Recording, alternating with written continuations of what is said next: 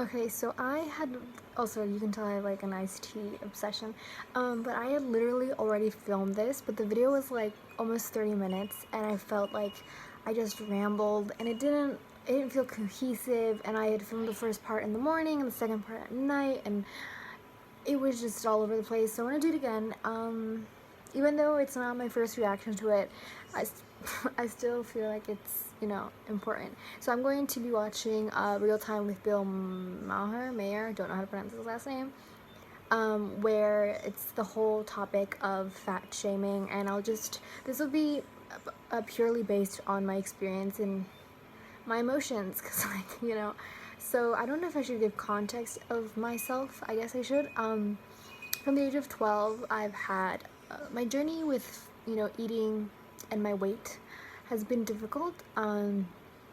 Excluding this last year that I've been sick, just focusing before, I used to binge eat a lot. I would eat at around 8 to like 10, and I would just stuff my face because I didn't know how to handle my emotions. When I was angry or when I was really sad, I would eat to cope. And so obviously I gained weight. I was about 20 pounds overweight, and I I would stop eating. I would go on these crazy diets, and like, I hate the word diets. I really do think you should take it and you should view it as like a lifestyle, like a life change, because I have done so many diets recommended by nutritionists, doctors, and they didn't work until I decided to take and listen to myself, like my stomach and what and just kind of take it day by day. Because I know that some people, cut cold turkey. I couldn't do that. I had to do it slowly and like, by day to day. Just because because I would have so much anxiety that I didn't know that I had anxiety, and I went to a doctor, and the doctor was like, anxiety doesn't exist. And so I would eat when I was anxious. So yeah, it was a big thing. It was a lot. So let's get on to it. Okay, recap. So I guess he's only focusing on the US because the way he kind of worded it made it seem like only the US is suffering from obesity. When I googled, because I was curious, I googled like how many countries, like the list of countries, and the US isn't even in the top 5. So I'll post that source down in the description. Have so many pre-existing conditions. Being fat isn't a birth defect. Nobody comes out of the womb needing to buy 2 seats on the airplane. Okay, so he's talking about politicians, free healthcare, and pre-existing conditions. So what he's trying to get at is that apparently he thinks that a lot of fat people or overweight people or obese people think that being fat is a pre-existing condition. Now, I don't know how obesity works, but I'm curious to know if I feel like if obesity runs in the family, there's a high chance of you getting obesity. So I'm gonna Google that. But in the meantime, okay, so a quick Google search. It says, I looked up obesity and genetics, and it says more commonly people who have obesity have multiple genes that predispose them to gain excess weight. One such gene is a fat mass and obesity associated gene, FTO, which is found in up to 43% of the population. So, okay, so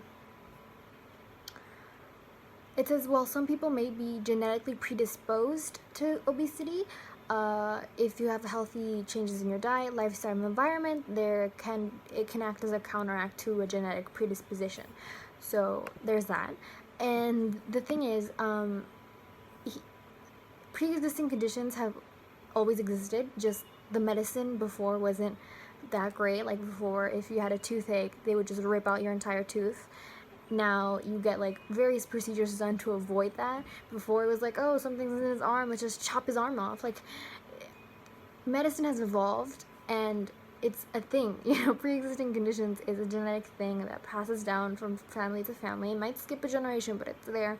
Like, I have I have polycystic ovary syndrome, which has fatigue, obesity, cold sensitivity. I have hypothyroidism, which is difficult. Well, it's a various of things, but one of the like symptoms is difficulty with weight. So a lot of these illnesses or disorders or conditions, whatever you want to call them, do have in their symptoms weight. If, some of them don't, some of them do, but if they do, then obviously it's going to be for me it's difficult to lose weight. The only way that I lost, I went from 69 kilos to 60 kilos, so I lost 18 pounds was because I got sick. And now that I'm better and I'm still at 60, I haven't gained the weight, but I haven't lost it either. I haven't lost the remaining 5 kilos that I could lose. So focusing back on the subject, it's weird to me that he's making it seem like weight or obesity isn't a factor in pre-existing conditions. And some of them, some people have difficulty gaining weight, other people have difficulty losing weight, and some people gain weight easily. So, sorry, I got hiccups. So I don't know what he's trying to say with this. Oh, one thing is, he's saying because of obesity and pre-existing conditions, all that, healthcare. The thing is, I don't know in the U.S., but a lot of places, if you have a pre-existing condition, either your healthcare will be very expensive, or they just won't accept you in a private healthcare. So you have to go with the government, or vice versa. The government won't accept you, so you have to pay a higher dollar to go to a private one. And I think it's an issue that should be talked about, because I think we're all disposed to whatever condition, because genetics, like I said, there's not a perfect being, it doesn't exist. And so, apparently they're doing genetics to really alter the human, DNA, not DNA, I don't really know the science to it, but so maybe in the future there'll be perfect humans, but for now there's humans with different disorders, different illnesses, different everything, and you just can't blame a percentage of the population because they're fat. That just doesn't... Poor diet is the leading cause of mortality in the United States. I like how he goes The thing is... Okay, hold on. Everyone knows obesity is linked to terrible conditions like diabetes, heart disease, and virginity. Always with the virginity jokes. Themselves, but the planet. The Amazon fires are because farmers there are burning down the rainforest to make room. This when I heard this argument, his I know it's a joke, but it's the fires that have, yes, the fires are because of greed, corruption, the government, but you cannot blame the consumer. These are greedy corporations who are taking advantage of a corrupt government, a president who does not care about the environment, who is saying that the ones who cause the fires are actually organizations that are in place to protect the environment. So you can't just say, you know what? It's the consumer's fault, not the corporation. That's that brings me back to when people put pollution all on the consumer, being just because you bought straws, you're ruining the planet. And it's what about the corporations dumping waste into the ocean? We're not going to talk about that. This is what it's people focus on the most minuscule player and ignore the huge big guy standing behind who is killing everything. So for future hamburgers and soybeans. Oh, see? No one clapped. No one clapped. I'm getting fewer people clapped. I'm not going to exaggerate.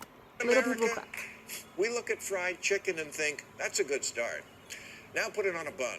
Okay, so this where he talks about that Americans put fried chicken, meat, whatever, concoctions.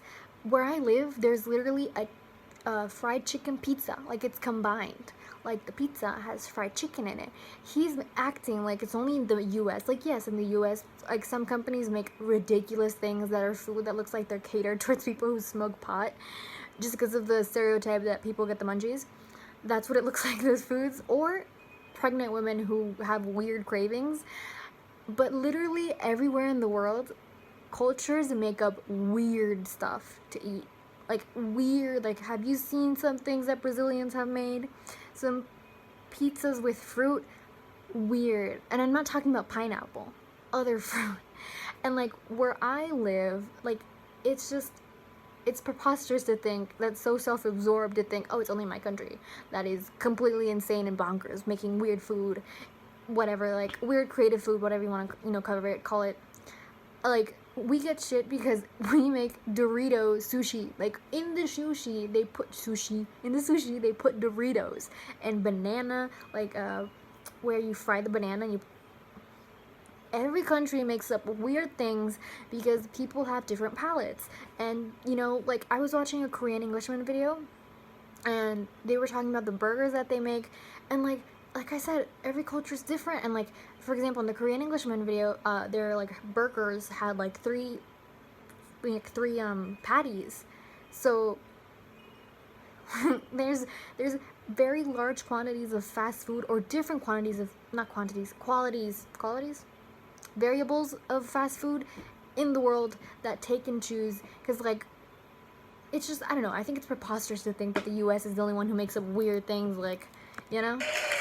Like this because Europe's not always eating for two. We weren't always like this. Watching the footage of the 50th anniversary of Apollo 11. Okay, he's saying that in Europe is a lot of countries. Like, people act like Europe is like one country. It's like, it's a continent filled with a bunch of people. And the fact that he thinks that there are not fat people, obese people in Europe is insane. Like, there's a lot of countries that have a high carb diet. There's a lot of countries that, you know, people just, some countries in Europe have free healthcare. They don't work as many hours. They have leisure to spend whatever they want to do with. So maybe some of them are chubby, maybe some of them are overweight because they can eat what they want, you know? So to me, to think that in the US it's the only country with obesity or with, you know, fat people or whatever, is insane to me, that you think you're so self-absorbed.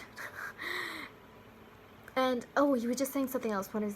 Oh, that before... Okay, so one thing that people have to take in consideration is economic value. Things were different. Now, people have, at least in the US, a lot of people work 2 to 3 jobs. They work high hours, high capacity jobs where they're standing up, they're walking a lot, they're carrying heavy things. And even if you have a desk job, it's 8 hours on your butt, just sitting there on your butt on a computer. People have very sedentary, I don't know how to speak, lives. And like I said, the economic value in it is that before, things were more accessible. You know, vegetables were more in. Now you have corporations pushing food. Why do you think McDonald's sells happiness? I love McDonald's. I like McDonald's. Let's not say I love them because I can't eat them anymore. But I like McDonald's. I like fast food. You know, it's fun. I don't eat it anymore because I can't, but I like it. But a lot of companies, and this is every company, as ethical as they are, they're still trying to sell you something. And my thesis was essentially that companies are trying to sell you happiness, but not true happiness. Because if you do get true happiness, then you're not going to buy anymore. Back then, people would buy products and they would keep that products for 50 years. And companies were like, oh wait, we can't make a profit because people are buying it for 50 years. We need a profit. So they started making up like, oh well, we made a pink refrigerator. We made this with this colors, and like, but you'll be more happier. And it's that association with food.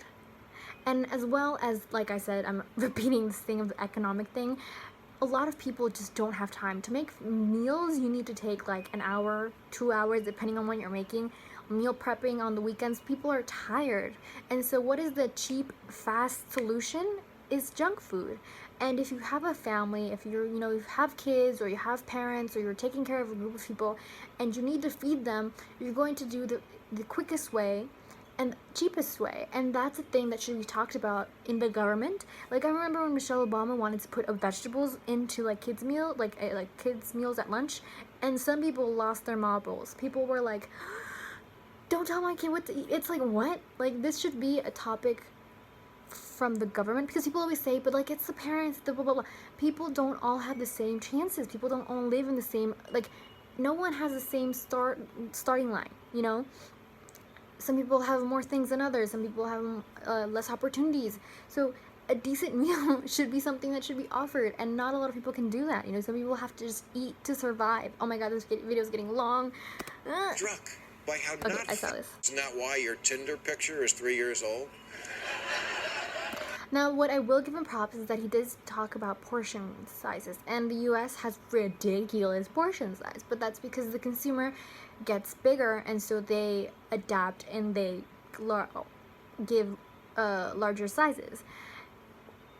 And it's not a good thing. It should be more regulated. I remember I once bought like a small beverage and that thing was like a large, and I was just like, huh? So that's true. Portion size in the US are insane. Can fat be beautiful? That's in the eye of the beholder. But healthy? No. That's science. The way he's saying it makes it seem like fat people are not blind, fat people are not ignorant.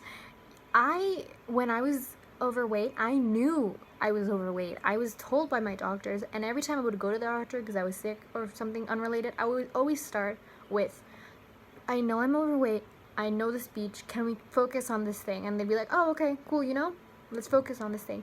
Because no one ignores their health. No one is like, oh yeah, I weigh like 500 pounds. I'm like, I know this is a controversial thing to say now in today's America, but being fat is a bad thing.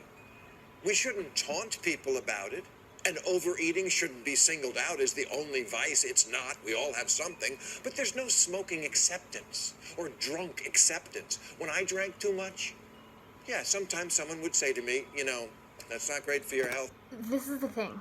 And this is the thing that people just don't want to accept, is that each person can do what they want with their life. And I know it sounds like, what are you talking about? Especially when you put in healthcare. But the thing is, if someone smokes cigarettes, you can't do anything. You can't make them quit. You just can't. They have to make the decision for themselves. If they're an alcoholic, they have to make the decision. You can put them in 8 rehab centers, but if they don't want to quit, they're not going to quit. And it's the same thing with someone who overeats. They will not stop until they want. Like, I would ignore everyone. I used to wear really long clothes, like long sleeve shirts. I would not wear shorts. I would wear always long pants because I had really low self-esteem and I hated my body. And so I just pretended I didn't have a body until on my 18th birthday, my dad was taking pictures and he took pictures of everyone and I saw myself and I cried. And then that's when I decided to lose the weight when I was 18. Because all those other years I had been shamed, I had been called names, I had completely detached my brain to my body because I did not want to deal with it. And so it isn't until the person decides to change that they will. Like, I have family members, we come from a family of asthmatics, okay? This is why I don't smoke or I don't do anything with vapes or because I'm asthmatic. That would be so dumb of me. But I have family members who are asthmatic, who have seen our grandfather die because his lungs just didn't hold out. Other uncles just completely sick, and they're still smoking, and you cannot do anything to stop them. You can tell them this will get you wrinkles, this will give you they will not stop. And I think that's a thing that people just have to accept, that everyone makes their decisions. Everyone has to live with them. Maybe you should slow down a little. Being blotto is beautiful. Of course. The body positivity movement, what it's about essentially, isn't that, I'm healthy and no, because people don't care about other people's health. People walking on the street do not care if that person is healthy or not. You cannot, just by seeing someone, you can't tell if they're healthy or not. That's why people go to doctors. That's why they go to medical professionals, where the doctor should spend at least half an hour with you. Now you spend 10 minutes but that's a whole nother discussion. You just can't look at someone and be like, healthy. No, that's not how it works. What the body positivity, I'm gonna reduce it to like nothing, because it's a lot of other things, but it's just being like, you are valid to walk down the street without being harassed, without being called names, being able to feel like you are freely living your life regardless of how you look. That is what it's about. It's not healthy, it's not blah blah, it's just you should feel comfortable walking down the street, going out in public without feeling like you're going to be called names, you're going to be harassed, you're going to be like, pushed around. Like, that's what it's about. Let people live. Didn't say that. I was focusing on the road. That's a funny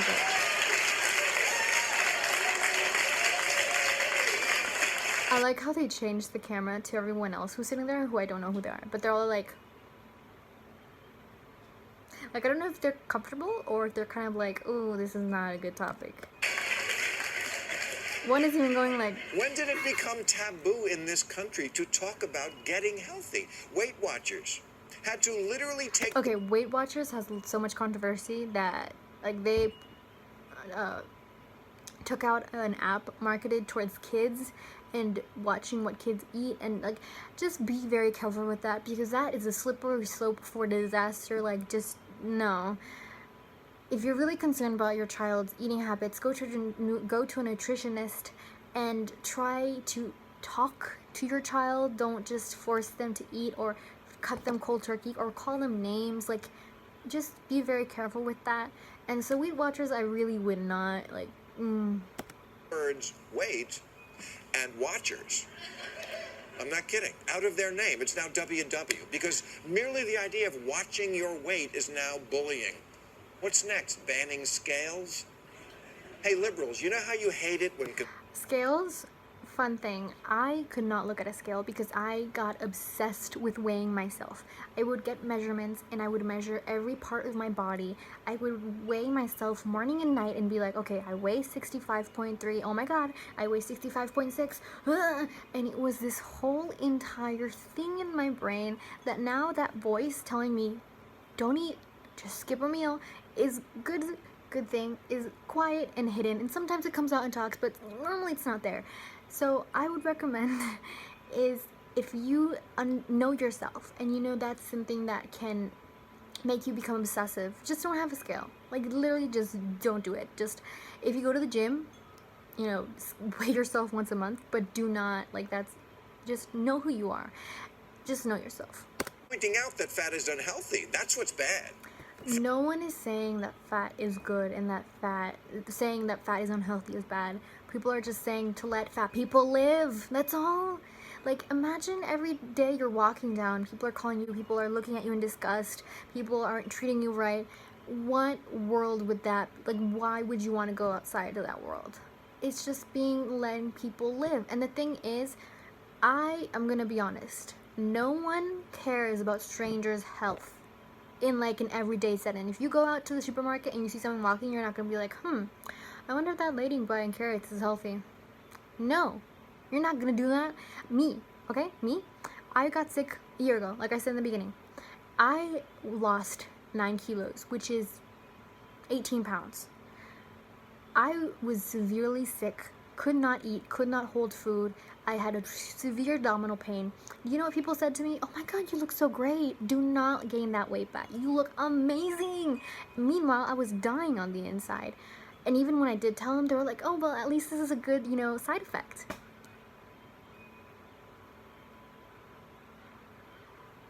Shame? No, we fit shame. Really. Oh, You hear all Jesus. This whole fit shame thing. He makes it seem like he just invented something, that he just discovered something. I don't know why I'm getting so like heated. I'm gonna calm myself down.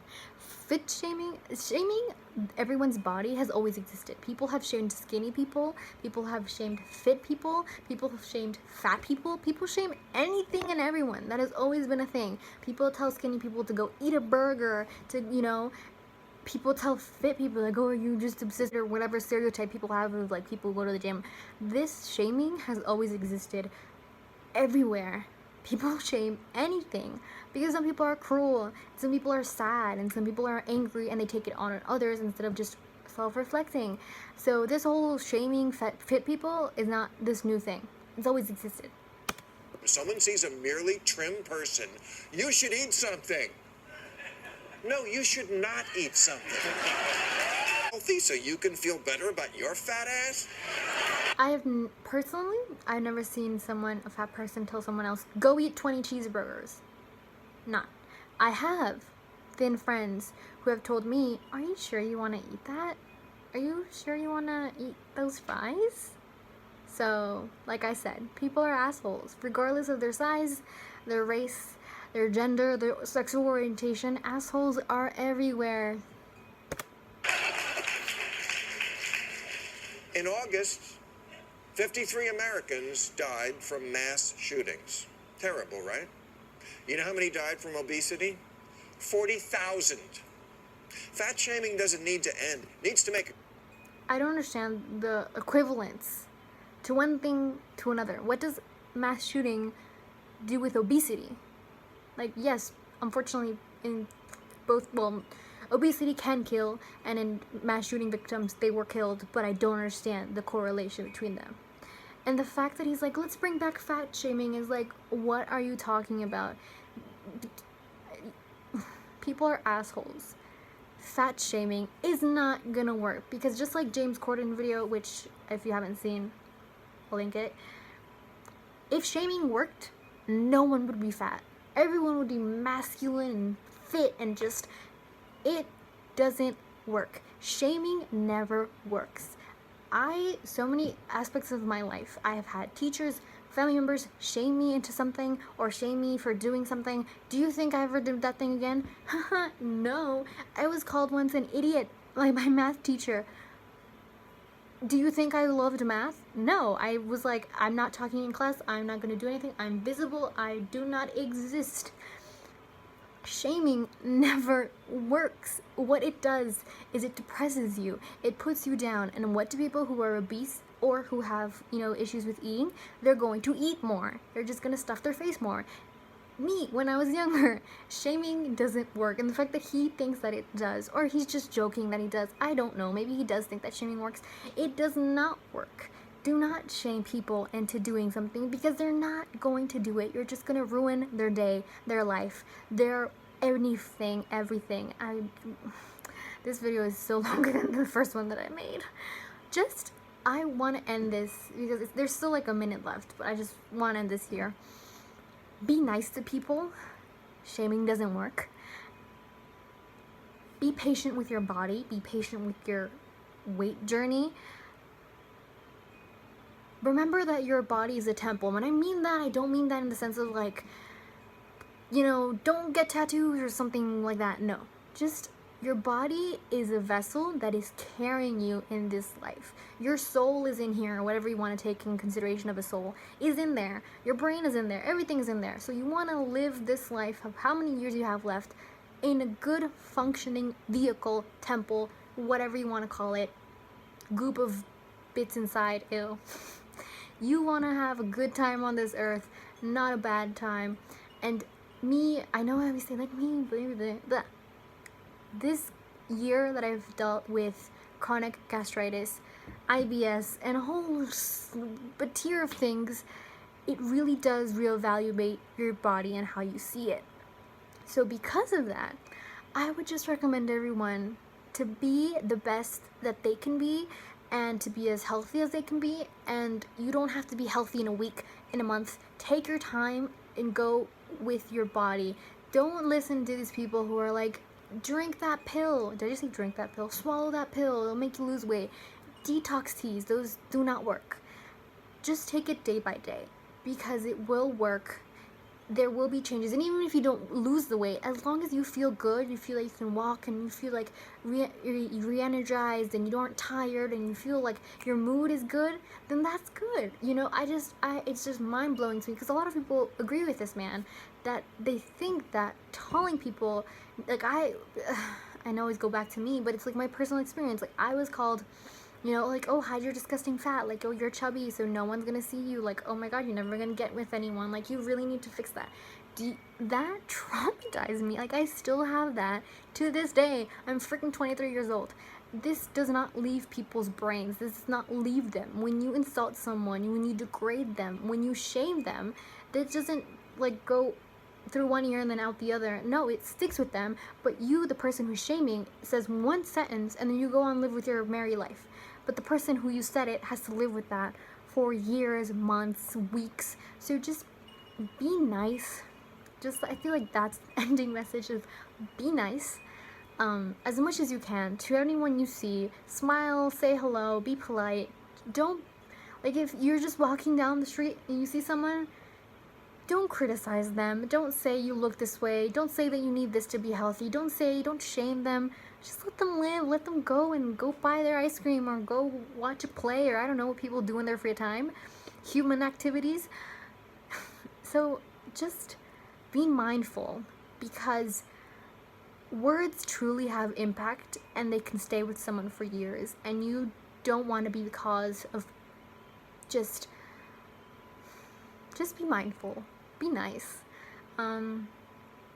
If you're dealing with weight issues, I'm here for you. Why did I just go like this? I'm here for you. I get it. I understand it. Don't let yourself be, I know it's hard to say, like, don't let yourself be affected by this, because it can affect you.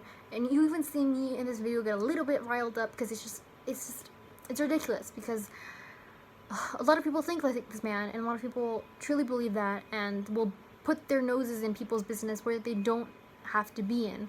So I'm gonna stop, because God, this video is longer than the other one, but I feel like at least this one was more cohesive and not rambly, I hope. So yeah.